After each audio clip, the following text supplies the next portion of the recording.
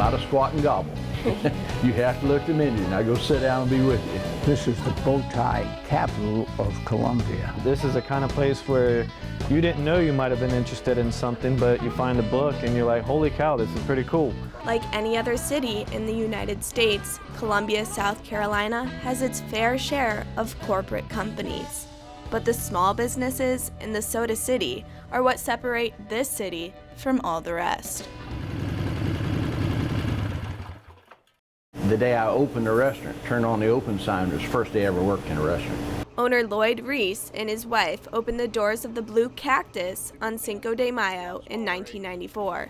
Cooked up fresh in the kitchen is a mix of Korean and Southwestern cuisine. But if you're in a rush, Reese might suggest you try somewhere else. If there's 10 people in front of them, it's just like Mama's house. When it comes on the table, it's ready. You know, you can't, there's no shortcuts. All of the menus are ingrained with postcards from customers who have traveled from places like Fiji to Switzerland. And who knew there were so many flavors of Spam? What could they possibly do to make Spam better? Add bacon. I mean, that's easy. There was a whole history lesson on that shelf of canned foods and bottled condiments. If you step into the Blue Cactus, you are likely to try food you haven't had in Columbia, South Carolina. But just remember, when you go into a restaurant that you've never been in before, you're evaluating the restaurant. You're looking at it, is the food, you know, but the restaurant's also evaluating you. Do they want you back again? While college kids only make up a small percentage of the customers here, right down the road, the owner of a men's consignment shop says they make up about half. We give the college kids hell. The Gentleman's Closet opened in 1999 by Dean Ellison. I am the owner-operator of this crummy store. It all started from a friend's idea to make him some money. Dean, there's a store for sale at 5 Points, and you ought to buy it because you'll get rich. Well, I bought it, but I'm not rich. 18 years later, maybe not rich, but Ellison says he has good quality clothes, good customers. You're going to be handsome when you leave here. And a safe haven from boredom. Actually, I'm here for something to do. I'd be bored if I didn't work. So at 86, I'm stuck here. This consignment shop is the only men's consignment shop in Columbia, and Ellison says it can be quite popular for college students. It's a good place for them, especially during rush week. We sell them bunches of blue blazers. I must have 100 in stock. $25, the kids can't go wrong. Blazers, bow ties, hats, shoes. Ellison has just about everything you might need if you are looking for men's attire. That, or if you just want to hang out and have some fun. We have a lot of fun here. If you're not too busy having fun at the Gentleman's Closet, there's one more place to stop at today. Just let me double bag this for you real quick.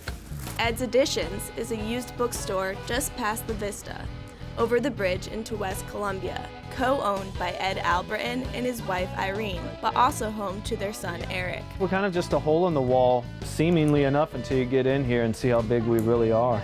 Ed's Editions opened in 2001. However, the building was built in 1905. The tin ceilings, as well as this tiling down here is the original from 1905, and it goes down through the half of the shop because one half was a soda jerk, the other half was a pharmacy.